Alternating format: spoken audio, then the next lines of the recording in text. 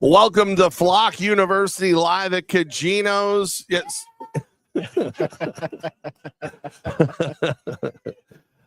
We're very happy to be here. Of course, just before we even get going, Lou at Cugino has been a big supporter of the team from the rip. He's doing a $6 burger for everybody in the flock tonight, burgers and fries. Great dinner for you, just $6, taking good care of you. But first, let's introduce the professor, the general manager, the head coach of your Albany Firebirds, Damon Ware, everybody. They all got burgers in their hands. I know. I know you guys keep eating. I know it's Castanovich here for the show, but not for Coach. I don't know what happened right there. There's a love-hate with me and Sammy this year. I don't know what's going on. He's the real American beer player of the week, Sam Castanova, everyone. Hey. Great football game. Supernova, if you will. Again, we're live here at Cugino's. Come on by. We're going to be here for at least an hour. Well, here we go. Let's get right into it. And everybody, the boss herself, Nani Ware, says hello, everybody. The Lisa's just look up, just golf clap. Oh, Nani. Hi, Nani. Fan club. All right. So, listen, 2 weeks ago, the team goes out and they put 100 on the board. Last week, what is being billed as the most exciting game in the history of the AF1. It is definitely the highest scoring game in the history of the AF1. Overtime victory. Salina looked ready to play. Give them all the credit in the world. Coach, take us through this game. I had a lot of people before the game say, I just want a close game. And I found every one of them and shook them after the game. I was like, don't do that to me again.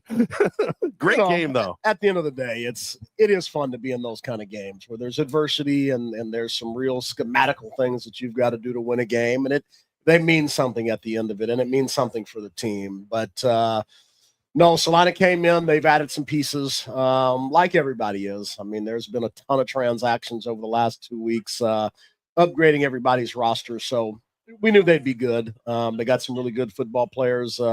Rakeem Cato was starting for them at quarterback, which is, again, a very good pickup. They got some really good offensive pieces.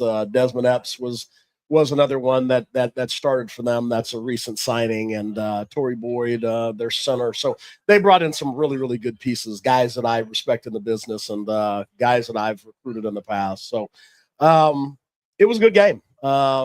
Obviously we got the kickoff and went down the field and scored and was kind of off and running. Our defense has been playing phenomenal, but this is one of those games where they weren't getting the stops. And so those are the fun games where you just have to pedal, all the way down, and we've got to score every time we touch it. And it's something that we talk about, in training camp, just as part of our culture is there are games where there's going to be where we need to score on every possession. And we were able to we scored on every possession except for one, obviously fumbled going into the end zone. And that was again, could have lost us the game. And it was that kind of a game. Came down to the end, got some calls that definitely helped. I'm not going to say they were home calls or anything. They were legitimate calls. But at the end of the day, I thought we could have lost the game. I mean, I'm not gonna. It could have gone either way. I'm not gonna sugarcoat it. I feel there was some things they could have done to win the game, but that's what makes it even more special. I thought they were gonna ultimately pull that game out. We continued to battle to the last play. Got our first stop in overtime. They got the ball first in the sudden death type of a deal, and lucky for us. We were able to pull that out, get the one stop and one play and touchdown and win the game. So very exciting for the fans, very exciting for the league. Does show how far Salina's come, obviously, through the course of the season, going from 0-4 to 2-4, and came very close to being 3-4. So all those are exciting things. And, but again, a win is a win, and we're just happy to move on and be 7-0 at this time. Yeah, man, absolutely. 7-0. Castronova, we embarrassed him. He left. 330 yards in the air, 9 touchdowns passing. Listen, I get it that the arena game is built to score. Like defenses are at a deficit when they get on the field against a good offense in arena football. But 330 passing yards. And by the way, Rakeem Cato threw for over 300 yards too. He had 7 passing touchdowns, 1 rushing touchdown.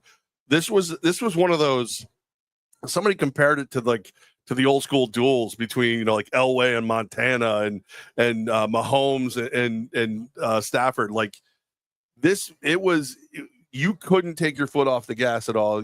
How deep into the professor's playbook did you have to get to get those 9 touchdowns and 330 passing yards? The thing is, we still haven't gone deep into the toolbox. We knew. What are you waiting for? He scored 100 points a week ago. But we talked about that, again in our coaches meeting this week. Is we've been lucky to not have to run a ton of our stuff, and it's been incredible to kind of. We've executed the plays that we have so well that we haven't had to gone deep into the playbook. And so we've still got a ton of offense left over, obviously, for the playoffs and over the next couple games. And obviously this weekend, Nashville coming in, that's going to be a great game. But our thing is just, again, making sure our players are in the moment and they're the most prepared team going into games. And so we knew a lot of the things that they were going to do, and those things played themselves out. And so we were able to stick to some of the things that we worked on, obviously, through the week. But offense was clicking. That was a really fun night, obviously, for the offense. The defense, just hang in there. And that we preach that every night is obviously we'd like to have the stops we've been having on defense, but just hang in there and make stops when you can, because you just never know what stop seals the game. And on that 4th down again, Jamal Hickbottom got his hands up, tipped the ball, and the rest is history. We had one play and scored. So very exciting game. It was a chess match, and we were able to come out on top. So, all right, for those of you guys who don't know, I have nothing to do with the roster. That'd be like Coach Ware is the guy who's got it figured out. He knows what he's doing. I remember a year ago when you said, wait till you see Isaiah Scott. And then I remember this offseason when you went, wait till you see Dwayne Brown. Both of them were amazing this game. Both of them over 100 yards receiving. Dwayne Brown had 5 touchdowns. Isaiah Scott had 4 touchdowns. The first touchdown he scored, he looked like when you play football against your little cousins. There were dudes hanging on his ankles trying to pull his pants down to keep him from, and he was just gone. And then his final one, the one to win the whole game. What was it about these two guys that you've seen from? I mean, they were on other squads. You talk to them, they want to be here. I mean, obviously they were free agents when you grab them, but you were able to bring them both in. What was it that you targeted about them that made it so obvious that they needed to be part of the Firebirds?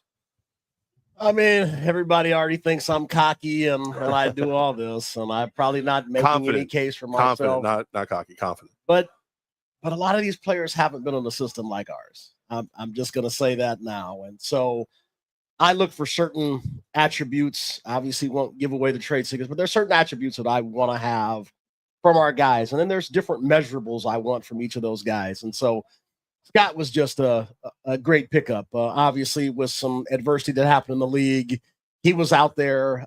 Like I said, there was probably 20 players that hit me up, and I knew right as soon as it happened. Yep, I called him. I said, "Man, you're coming here, and I think you'll want to stick out." And so he's built like a freaking linebacker too. When I first saw him, I told this story last year. When I was watching him warm up, I literally thought, here's a linebacker that's just warming up, doing some athletic stuff. Sam goes out there and catches some passes before the game. So I'm looking at him as this is a linebacker. He's just out there doing some athletic stuff and getting ready for the game. So I'm watching and he's catching some balls and I'm like, okay, cool. Linebackers, he's pretty athletic. And then they started progressing through their pregame, and I'm like, damn, this guy's still catching balls. So when's he going to go to the linebacker spot?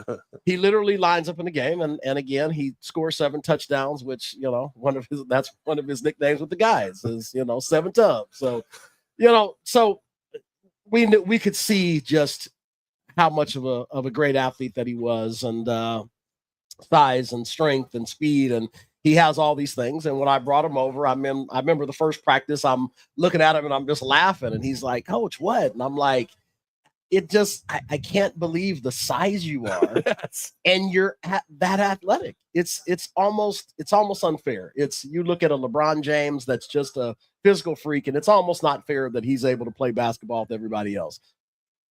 Scott is that saying he's just so big and strong and fast and athletic that it's almost unfair, because when you watch him run at full speed, when he can catch a ball and turn it on and get to full speed, literally watch the film. They move out of his way and try to arm tackle him. Yes. They literally move to the side and try to grab him or dive at his feet.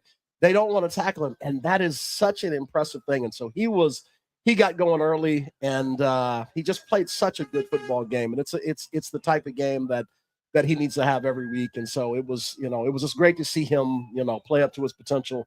Had a phenomenal game, and he's going to need to have another game like that coming up this weekend. I think what really, broke them both out of their shells the rest of the way was when I chauffeured them around Bozeman and Billings. I think that's what it was. They learned a lot from me that hour and a half they slept in the car. They heard me go. Well, if you're the good luck, then I guess we'll bring you into the locker room before the game briefly. Give them some good luck. I'm here for it. I'm just your very own Buddha, just right here, baby. What do you guys need? Let's win. Here we go. Whatever I got to do. Buddha. Here we go. Whatever I got to do. Albino Buddha. I am here. I had to say that day I was wearing white, didn't I? All right. That might stick. All right. It is Flock University. We're live at Cugino's. Make sure you come by, say hello. The guys have been getting their Flock support bags today, which every single time the bags get bigger. I want to be very clear, and I'm going to speak for you here too, Coach. We originally said we didn't want bags. We didn't think it was right to get bags, but now that I'm seeing them, I'll take one. I mean, I was going to say that. Like last year, I turned it down. I said, you know what? You do that for the guys. I don't need it. I want one. Golly, I'm watching guys come out with 2 bags they can barely carry. They got bags that look like they cost a great deal of money. I want one. You want one too? I'm a mother flocker. I'm a size convertible car. If anybody needs, I think I was worried. Dwayne Brown, I thought he was going to pull something. He was carrying. I'm telling you, I'm looking like they're getting bigger and bigger by the week. So. Our flock is just awesome. Amazing. It's something that I know no other team is doing. It is super, personal. It's what these guys want. It's a lot of love goes into this stuff, and I can't thank everybody enough. These guys feel like they have family here. They leave their families and loved ones, and they come here, and you guys embrace them, and that's a huge thing. And there's nothing like the flock out there in the country. Full disclosure, last year, I was like, don't do it. Don't give it. The Klugos adopted me one weekend. I still use half the stuff they gave me. like they gave me this sick backpack. That's what goes to the range with me. That's my tack backpack right now. Whenever I go to the range, that's where I carry everything. Oh, Mary said she's going to adopt me next week. Let's go, Mary. All right. All right, who's got Coach Ware then? Now we got to figure that out. Listen, the leases are in. Well, this is it. This is exciting. I feel like I'm pandering a little bit, but I'm not mad about it. Sue's the set producer today. I love it. But yeah, no, it's in all seriousness. I don't need anything. It's so impressive to watch what you guys do. Coach, you bring up a great point. These guys, they move away from their homes for 4 months, and you guys adopt them like family. And when we first started talking about flock support, and I remember there was a lot of people who were like, can't we just do Booster Club? And we're like, no, it's different. And you guys have lived up to that and then some and surpassed it. So very, very, very proud of the Capital Region. Every week I say how proud I am of this group that you built to be here, to be in the Capital Region to grasp these guys the way they have. It's moving. It's moving. It really is. Now I'm going to go back to being a jerk. Can't do it too long. Whatever. I miss jerk jumps. Let's go. Yeah, let's go. What are we get into? Let's do this. So we've got a big game coming up this week. I would say the second best team in the AF1 is the Nashville Cats. They had to go out and get John Gruden to even stand a chance. Listen, I love John Gruden to death, but John, don't come in my house. You don't want none of this. I'm excited about this game on a couple levels. I've watched this roster in Nashville improve week after week after week. But realistically speaking, this is the one that has a chance to be a true chess match because Coach Arbette is he's the Hall of Famer. He's the guy that the old schools, the old heads know about. You're the professor. You're the one who, I would say has been the most overlooked coach, especially when you were assistant head coach in all of arena football. this is a chess match. This is going to be one of those ones where he's going to have to dig into the bag of tricks, and you might have to too. Absolutely. No, I'm whole lot of respect for Coach Arbet. He does a great job recruiting, has a solid coaching staff. Again, it's their team is set up very nicely. They've got a lot of vet players. It's going to be a true battle. I mean, this is something that, could this be a championship game rematch, or matchup? Yeah, sure it could be.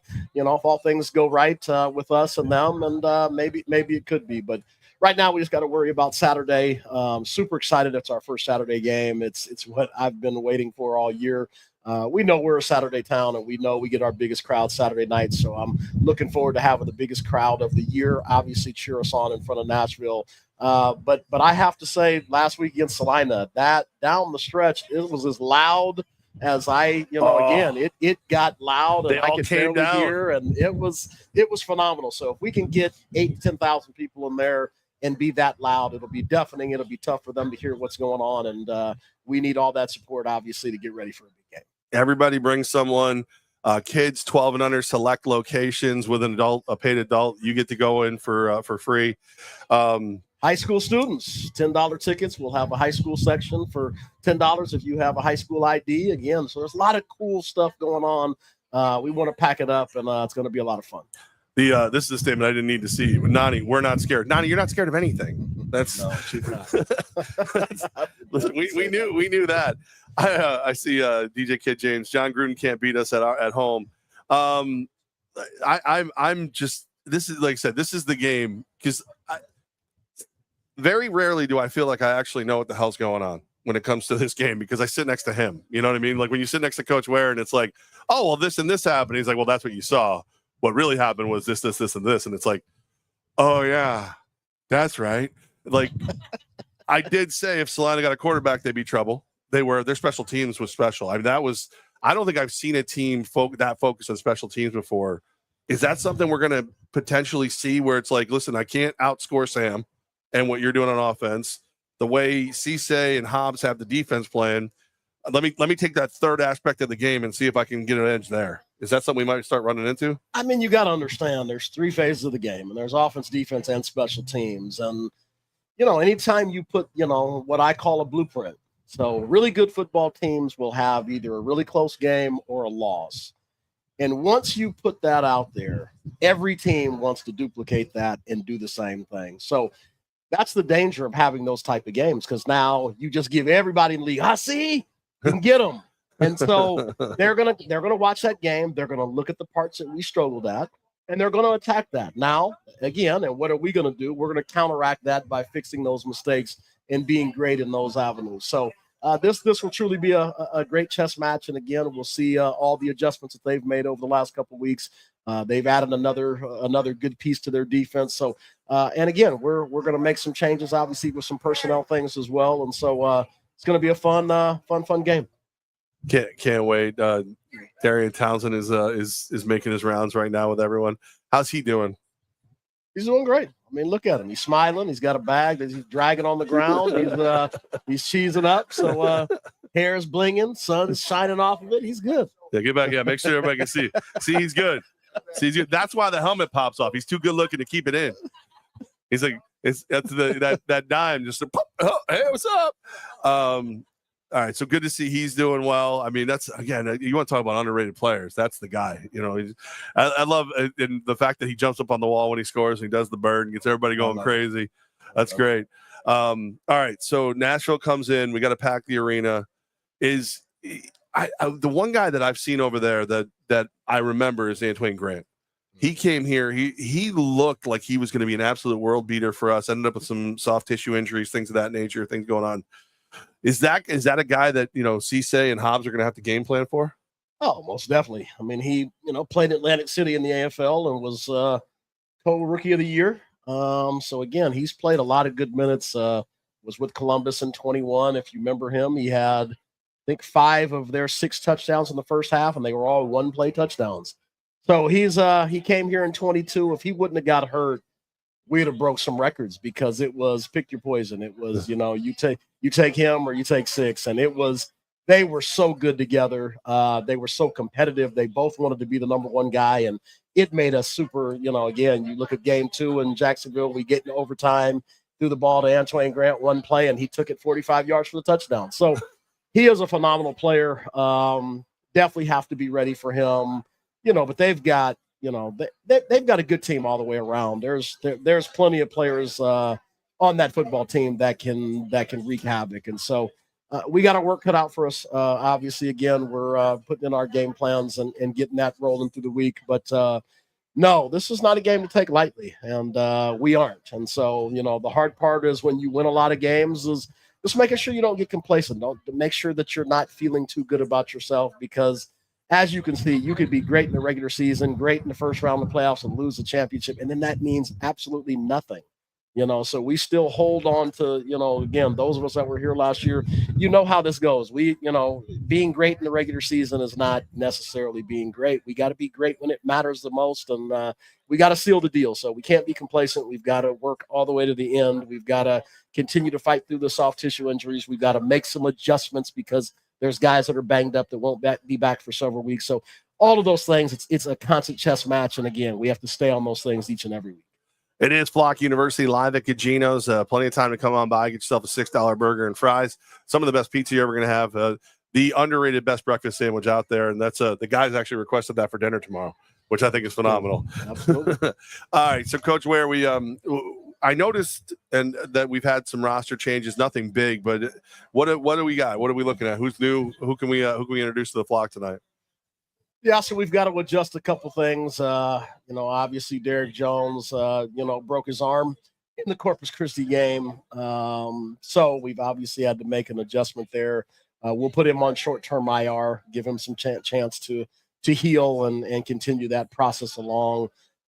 We brought in another defensive back, kid Malachi Ruffin from West Virginia, D1 athlete. So he just got here today, got his physical, got all that stuff going. So he'll hit the field for us tomorrow. We're going to need some obviously some depth at the DB spot. We're a little banged up there, but everybody's kind of healing. We've got all these bye weeks coming up. So again, it's going to be really good for our athletes to have some time off and be able to heal a little bit. And we're going to make a couple more changes. There's a couple more people, obviously, that will get here once I get all their paperwork done and all that stuff. We'll announce who those guys are. But we have to make a couple of adjustments, and it's always the hard part is, guys that have worked hard to get to this moment and are too beat up to really contribute. It's just things that we have to do, and you got to make those adjustments. So, but they'll still get a championship ring if we win it all, and those are the tough moments that coaches have to go through as the season goes on. This is like the least amount of movement I've seen though. Like this is one of those ones where you got it so good the first time around, it's kind of hard to make adjustments. Yeah, like I said, I feel that I recruit the guys exactly that I want, and so that makes me not have to do a whole bunch of moving. So really, the only movement that I really do is because of injuries, and so it's the one thing that can derail a team is health, and so we work really hard on our health. Coach Gabe Young does a great job with our strength conditioning and recovery. He's doing a phenomenal job. We've ramped up our program, probably, maybe 50% more than we did last year because we did kind of go down the stretch and have some soft tissue injuries and those kind of things. So we've ramped it up. The guys don't like it as much. And believe me, I hear the grumblings, but it just doesn't matter. It's what I know that we need to do to stay competitive and stay healthy and stay strong, obviously, as we get ready for the playoffs. All right. So we talked about the games, talked about a lot of things, talking about ticket specials. I mean, it is very important, right? We've got, you've got I see Mary said she works for North Colony. She's going to let everybody know about the $10 high school student tickets. Let's get those going. Don't forget kids 12 and under with a paid adult ticket, select locations. They're getting in for free. This is that time. Like, this is the Vice game of the week, which means we're going to be on national television. It's the Hall of Famer versus the future Hall of Famer at coach. It's the best roster versus the second best roster on the field. This is the game that we need to have. Again, when everybody came down at the end of last week and just crowded the field, it was so loud. It was so awesome. It was special. Let's get to a point where you can't come down because there's so many people and we're just enjoying the daylights out of it like we used to. Very, very, very excited. See, this is why I don't like this week in arena football. Defense sign kid. He's so snarky lately. Bold strategy having this deal when Gilderland has prom. Like, we know when Gilderland has prom. I got like, I didn't know what my prom was. Right. You know what I mean? Like, why would I know when your prom is? Like, it's such a snarky thing to say. I mean, just this kid, you, not over here. I was pointing at the camera, not any of you in particular. As I was actually looking like, who are you pointing at? And you, I'll talk, you know. How dare you? That's always like one of those things. How did you not know that my third cousin will be out of town? Like, oh, whatever. I don't know what to tell you. No, but we're doing as many ticket specials as we can. We're getting people in the best we can. I know. Oh, I'm sorry. I can't. I'm sorry. This is too easy. Be happy I chose Firebirds over prom. Did you? Did you? Did you? Love you, buddy. All right. Did you?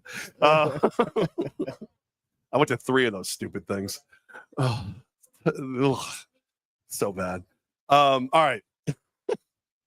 I know what the next question for me is going to be. When are the fan jerseys getting here? Yeah. What? Have you ever noticed? So Ben Nelson in our office is the quietest kid on the planet, unless you tell him the Celtics suck. Which, by the way, how did that Celtics Knicks game go the other night? Or the Red Sox, or the Bills. Well, the Knicks. Yeah, I know. Thank you. But have you seen his parents? And more better, have you heard his parents? When you're coaching, and across from you is Ben Nelson's dad, Jeff, and he's got the Mohawk hard hat helmet on. He's covered in. He's wearing a flaming T-shirt right now. He says he's very, very excited about it. Love it. Do you ever look over and go, "What the hell is that?"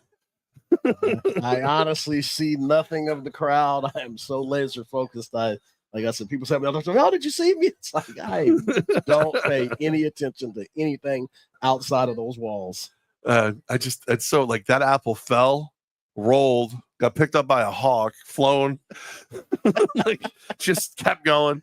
All right. So the fan jerseys, I called the guy this morning. He said that they're in transit. So based on my experience with him thus far, soon-ish. I'm trying. And then I actually get to tell him tomorrow that I'm replacing him if they don't get here soon. So I'm on it. I'm doing what I can do. Block parties. So this week there happens to be Albany events, so they will not greenlight a block party. Not allowed. We're not allowed to do one. There's things that they do. They're called like impact statements, where if they add a certain amount of events, they can't add any more events. And there's big events going on this weekend during the day that would be a good way for you to pregame to come to our game. That food looks phenomenal, dude. Look at that calzone over there. Those bacon and cheese fries. What's that? Nick said he wants to do the huge Lou right now. Ben's challenging Lou to the huge Lou. If you've never heard of the huge Lou, it's a giant calzone with 10 toppings, and you've got to eat it in 30 minutes. It's insane. But I know somebody can do it. Yeah, it's not me. I could eat it in like 2 hours. Yeah, I can't. I don't eat fast. I eat a lot. I don't eat fast. So no block party this weekend. The jerseys are on their way. I'm Mr. Bad News. He's Mr. Good News. Runs up 100 points and wins one of the greatest overtime games we've ever seen. That's why they cheer where and they boo back. That's why I get to be the bad news. I'm trying to think I think we've covered almost everything. I think we've hit it. I think we have. Is there any questions from the flock? And again, I've already said the jerseys. I'm not sure. As far as the block party, not allowed, but that doesn't mean that you can't, I don't know, go pick some flowers in the park and then come over.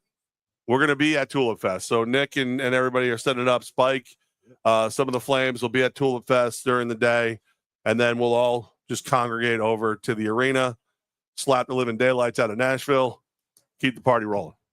I like that plan. That's the best I can do right now. All right. So any other questions from the vlog? Playoff format. Dave Williams wants to know. So they're voting on it again, right? So just with the changes, the rules were originally, it was a 16 playoff. And with the changes at the beginning of the season and some teams that pulled out right before, it doesn't make so much sense to me. And this is just my opinion, but it kind of ties into it. It doesn't make sense to have 6 because then it diminishes what you've done in the regular season. So I know that there's owners, there's people, there's administrative people that have thought about that. And so I know that they're discussing possibly moving to a 4-team playoff to make sure that the playoffs are as exciting as they possibly can be and they're earned. And so my opinion would be I would be just fine with the 14 playoff. I think that gets the 4 best teams in the league.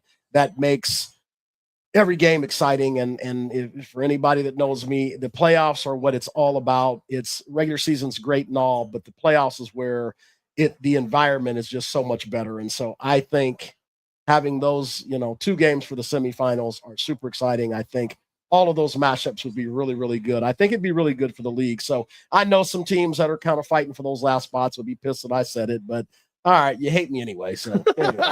All right. So originally the format was six teams advance, 1 and 2 get a bye week. The others play it out for a chance to play 1 and 2 high seed host. If it goes to 4, 1 would play 4, 2 would play 3. At the high seeds home, 1 advances, 1 hosts the Arena Bowl or whatever we're calling it now, the AF1 Bowl, the AFU Bowl. I don't know, whatever the FU Bowl, which it's the Flock University Bowl. We're gonna be doing it here. So, but basically, it wouldn't. So for fans, just so you guys know, if the season ended today, we would be the number 1 seed. It's if I don't like to touch the money. Don't touch the cup.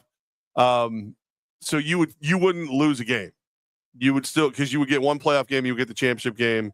If we remain high seed, we do our job, we would host both those anyway. So it wouldn't change for you guys. There might be some people in, I don't know, Montana not happy about it. Maybe Washington, Oregon. Wait. Well, speaking of Montana, where's the car? That's a great question. Come on. That bet was a long time ago. That had plenty of time to get that wrapped. That is a great. I think people are afraid to talk to Titus right now. He's been on a tirade online. Have you seen him? I thought an interesting post I read, and ouch. Every Thursday, 8:20 in the morning, I go on Pix 106 with Quentin Cantera, and they pick on me for getting in my feels on Facebook. It's a good thing they don't know Titus. Telling you, dude is all up in his feels on Facebook. I don't know. Steve, I love you, brother, but man, maybe don't press send. I don't know. We're just waiting. I mean, I guess we wait. Like I offered to drive it back, and then I was told he still didn't know where his keys were. Jake Labrie, Jeff drove it home and kept it at his house. If I had it, you'd know. It'd be sitting right here on the show. Right. And it would be logoed. Right. Because I can't afford a damn thing without Andy Gelcher's help. But no, it would be logoed if I had it. Trust me. It would, even if it was just me drawing a bird on it in my own drunken state, it would happen. But no, so it's got to happen. I mean, it's got to happen. Steve Losberry's hit me with 2 good posts in a row. The championship is the one for AF1. I don't hate it. And then Cannonball Run style. You're damn right. And if you don't know Cannonball Run, we can't be friends. That's all there is to it. One of the greatest movie franchises of all time. You don't know, do you? How you going to have purple hair and not know Cannonball Run? How you going to do that? That's not right. I even know that one. I know. Come on now. You don't have time to watch a movie. Coach coaches 65 teams at once. Any other questions that maybe I can give a positive answer to? Okay. What happened with the coin toss on Sunday? Great question, actually. How you going to do this one? Went into overtime, and there's been some discussions about overtime as well, because it just the rules aren't the best, let's just say. But, however, it's sudden death. And I think when you're on a small field, a sudden death doesn't make as much sense. But as they explain the rules and we flip the coin, we had talked with our players and said, hey, if you win the toss, take the ball. We're hot, take the ball. You know what I mean? That's how, period. Take the ball. So their player said, defer, give the ball to them, and said it, and they re-asked it, and he said it again. And then as they were getting ready to signal that we were getting the ball, their coach ran out and said, no.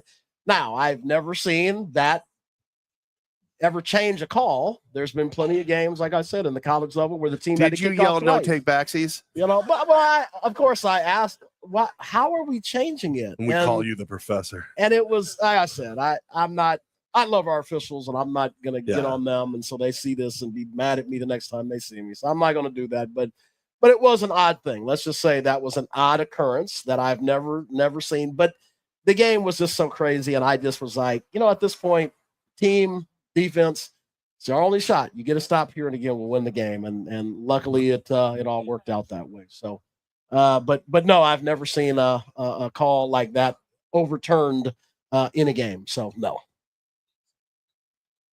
How do they explain it on the field? So you didn't yell no take backsies.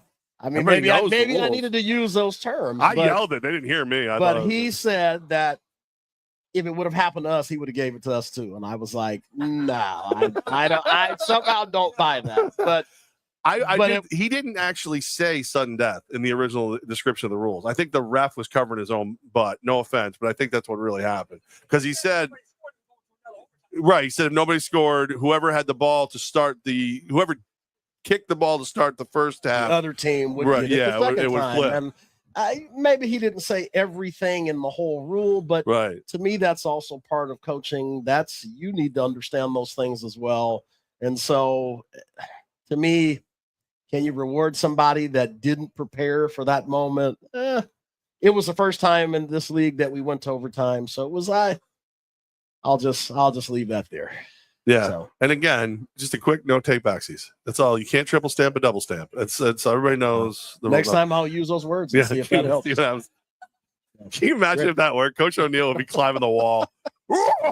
He's already not a happy gentleman.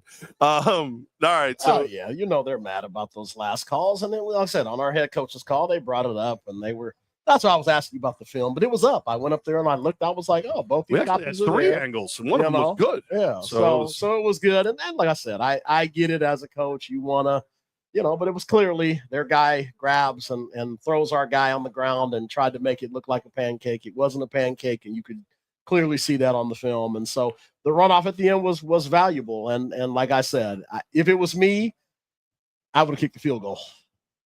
They could have won that game, and that comes down to coaching. So I'm glad they didn't. I'm glad they tried to throw it.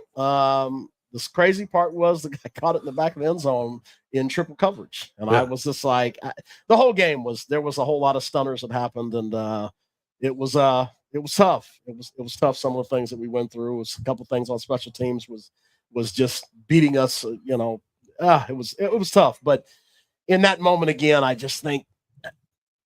They kind of gave that to us, but I'll take it. So it was there was he's right over here, but I'm gonna say it anyway. So I was talking to Henry Nell right after the game, and he goes, I see him and I'm thrilled, we just won, whatever. And Henry just looks over, he goes, should have hit that deuce. Sorry I didn't hit that deuce.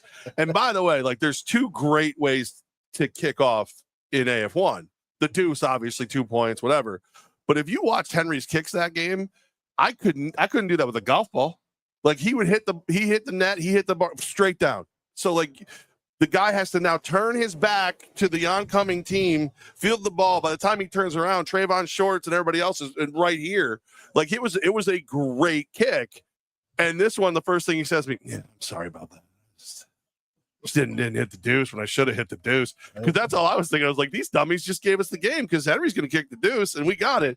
It was the next best thing because we were able to trap. You guys tackled in the quarter-inch line. Trayvon caught him in the end zone, and I do miss the Rouge rule. I think it motivates your special teams. Kickers get to kick deuces. Kickoff teams get to run down there and tackle somebody in the end zone. I just think that's something that I'll definitely try to push for in the off season when you submit the new rules. And I just think that motivates your kickoff team. And so that could have been a walk off again, kind of similar to what we did to West Texas last year because we did tackle them in end zone. So I think that rule would be good to come back as well. All right, I do want to point out that a member of our team has clearly been abducted. Ray, who you guys have seen, he's the angry little old guy. Good evening to the legend killer and the nicest president. Ray, if you've been abducted. Right. Right, blink twice. Yes. And I love that. I didn't even think it. And all of a sudden I looked down, Nani, Raymond, Ray, nicest. Ray's account has been hacked. Ray's only nice to me because I gave him a hat. Like, that's it. Like, I gave him a hat. I was like, here, I feel bad for you. Cover your bald head. And he, he's been nice to me. He's taking it too far. It's weird. All right. Any other questions from the flock here at Cugino's? Yes, Lou. Lou would like everyone to acknowledge that he called the weather almost perfectly this evening. Hey, I'll take that. You were right once about the weather. That doesn't make you better than most meteorologists in the area. That is true. He is actually, listen, what he knows about the weather is nothing compared to what he knows about pizza and food. Great host, Lou at Cugino's. Can't recommend it enough. If you're looking for a new place to get pizzas from, you haven't tried here yet, you have to. The breakfast sandwich, it's the best kept secret in the capital region. Let's make that a problem, and let's keep them busy in the morning because those things are awesome. All right, everybody. Thank you. The flock, you guys are amazing. Absolutely. Flock support. I watched professional athletes in their prime have a harder time carrying your gift bags than you guys did. So good job. That was impressive. They say it's like that mom strength. You see a car, they can lift it out there. It's flock strength. They're like, no, I got to make sure I give 12 things of dude wipes and C4 and Gatorade to Big Lou. Let's go. Let's do whatever. But thank you guys. And of course, let's a round of applause for the best damn coach. Oh, hold on a second. Hold on. One of our favorites from back in the day, Nate Starling Jr. just tuned in. Y'all look awesome. Great job, coach. How about Nate? Nate's one of the reasons we got arena football back in the Cap region. I just saw him. All right. Now, the professor, the head coach, the general manager. I would say a little bit modest today. Damon Ware, everybody. Well, you cheer like that, he's not going to stay modest. I'm just going to tell you that right now. I am the team president. I'm the reason your jerseys aren't here yet, and there's no block party, and it rains on your wedding day, and the reason, prom. Remember prom. Yeah. Oh, I'm sorry. I'm the reason we're doing football games during your prom. So at least you have somewhere to go. God, I am a dick. We cannot end a single episode of this great show without those two simple words. 1, 2, 3. Flock you.